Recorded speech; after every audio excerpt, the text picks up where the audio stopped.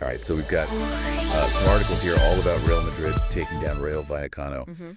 And, I think a lot of people see that scoreline and they just assume, okay, Real Madrid, they're doing their thing. They're going to cruise to another title. Yeah. But you sent these in because you think maybe there's a little bit more to it. Yeah, I mean, you see Mbappe and Vinicius Jr. on the score sheet. Of course. And you think easy win, but when you actually dig into the details, it gets a lot more interesting. Well, it's especially with that, this deadly duo.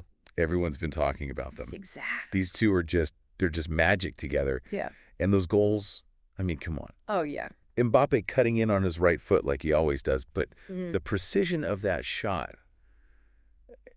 I mean, it was just unstoppable. I think what gets me about Mbappe is it's not just that he does it, he cuts in on his right foot. We all know that, but it's like he's got this sixth sense for when defenders are shifting their weight. Like he knows that split second where they just can't react. Oh, wow. And he just explodes into that space. Yeah, and then there's no stopping him. I mean, Rayo Vallecano, they had no answer for that. And then Vinicius Jr., I mean, oh, man. This guy, he's just dancing through defenders. Yeah. It's like they're not even there. He's electric. The article mentions a deflected strike on that goal, but honestly, I mean, that deflection almost doesn't even matter because he'd already created such a dangerous situation. Yeah, he's becoming like a master of chaos, Yeah. He just disrupts defenses so much that even if he's not the one scoring directly, he's either setting up his teammates or forcing these errors that lead to goals. It's so fun to watch. Oh, absolutely. So, okay, we've talked about these incredible goals. It's amazing attacking play. Yep. But then there's all this talk in the articles about Real Madrid being sloppy. Right. Even though they won. Yeah. So how do we square that circle? Yeah, I think a lot of that comes down to the second half. Yep. There were some really clear missed opportunities. Vinicius Jr. had that shot that went just wide. Mbappe, I mean, he could have easily had another goal, maybe even two. So close. But his shot went just outside the post.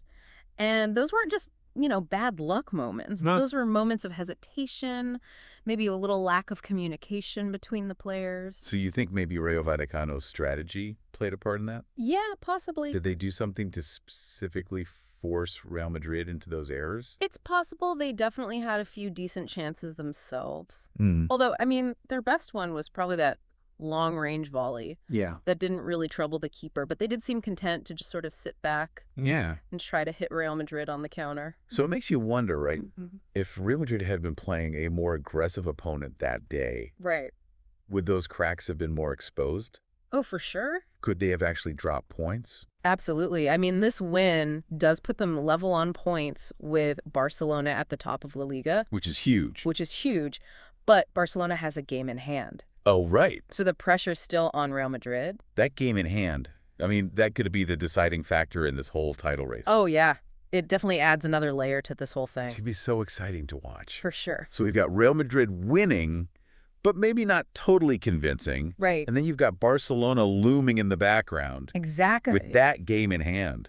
What a story. It's anyone's game at this point. And that's what's so great about La Liga. I mean, this is what it's all about. Yeah, this is why we watch. So that's the question we leave you with today. Yeah.